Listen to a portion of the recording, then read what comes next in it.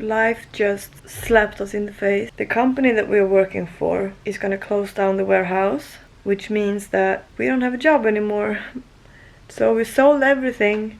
We moved to New Zealand for a work. They pretty much promised us, at least Elias, a year. And now they are cutting us off. So we don't have an income. What a great way to start 2020. Like, what are we gonna do? I don't know. I'm the one, like the practical one, that writes down all the possible outcomes, what we need to do and how we can do it, and it's no problem. With the money that we have left, we need to live. We need to buy food. We cannot even afford tickets to go home. Would you like to explain what's happened? Well, as you know, we were supposed to be here for at least a year, but today the company decided to more or less expand and shut down the warehouse where we were working, so our jobs ceased to exist. Yeah. So we are unemployed. Yeah, we and can't afford to live here anymore. And everything happened in one day, and now we're homeless. When Elias says that the company expand, but then again let us go, is because they decided to go for a third 3PL. Yeah, 3PL, whatever that is. That means that they're gonna hire another company to take care of the shipments of the orders. So the whole warehouse part it ceased to exist pretty much.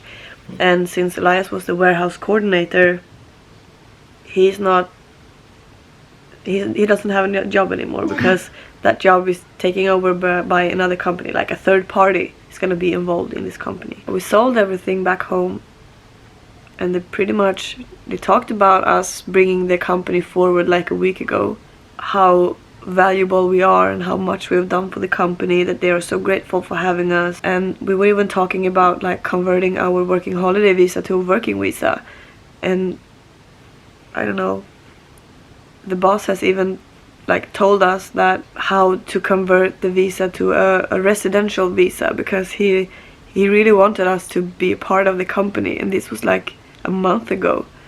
But then we sit up there in the meeting room, and he's talking about, I don't know, they screwed up basically, because they cannot handle the volume that they are processing in orders right now. But then again, they don't have anyone, they want someone more experienced to handle the warehouse layout and everything. So that's it pretty much. A couple of hours ago everything was fine. But now we have nothing again. We have to sell our surfboard to gain money for rent or for food. We have to sell our bicycle, and we have to move out in the car because we cannot afford to live in this apartment anymore. It's also really weird. But then again, the boss and his wife wants us to, not the wife, but his girlfriend, they want us to celebrate New Year's with them tomorrow.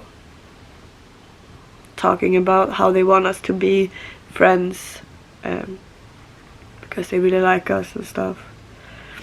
I don't know, it just feels weird, celebrating the New Year's with them, how their company is gonna explode and be this big company. They're gonna take over the world and everything, and I believe that. But to celebrate that with them, knowing that they have fucked us over, doesn't feel right, So now we're here, back on square one.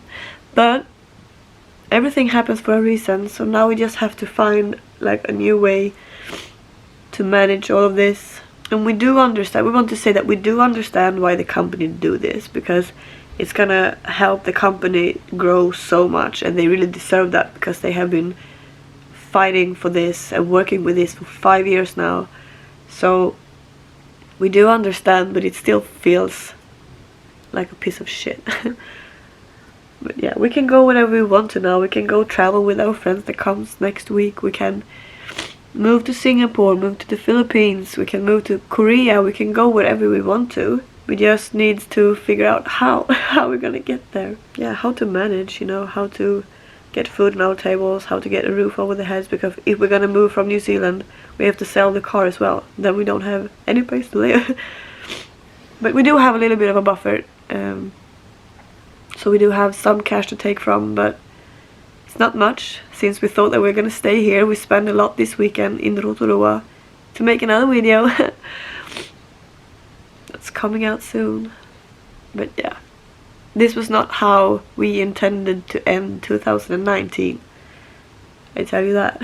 Well, Happy New Year everybody, and I hope that you all learn from our mistake and to have a backup plan and to really go for a big buffer if you're gonna do this, move abroad or whatever, because people can fuck you over, trust me, and they will if they have a chance to be better, if they have a chance of getting more money, of succeeding by themselves. They're gonna fuck you over always. But yeah, Happy New Year everybody.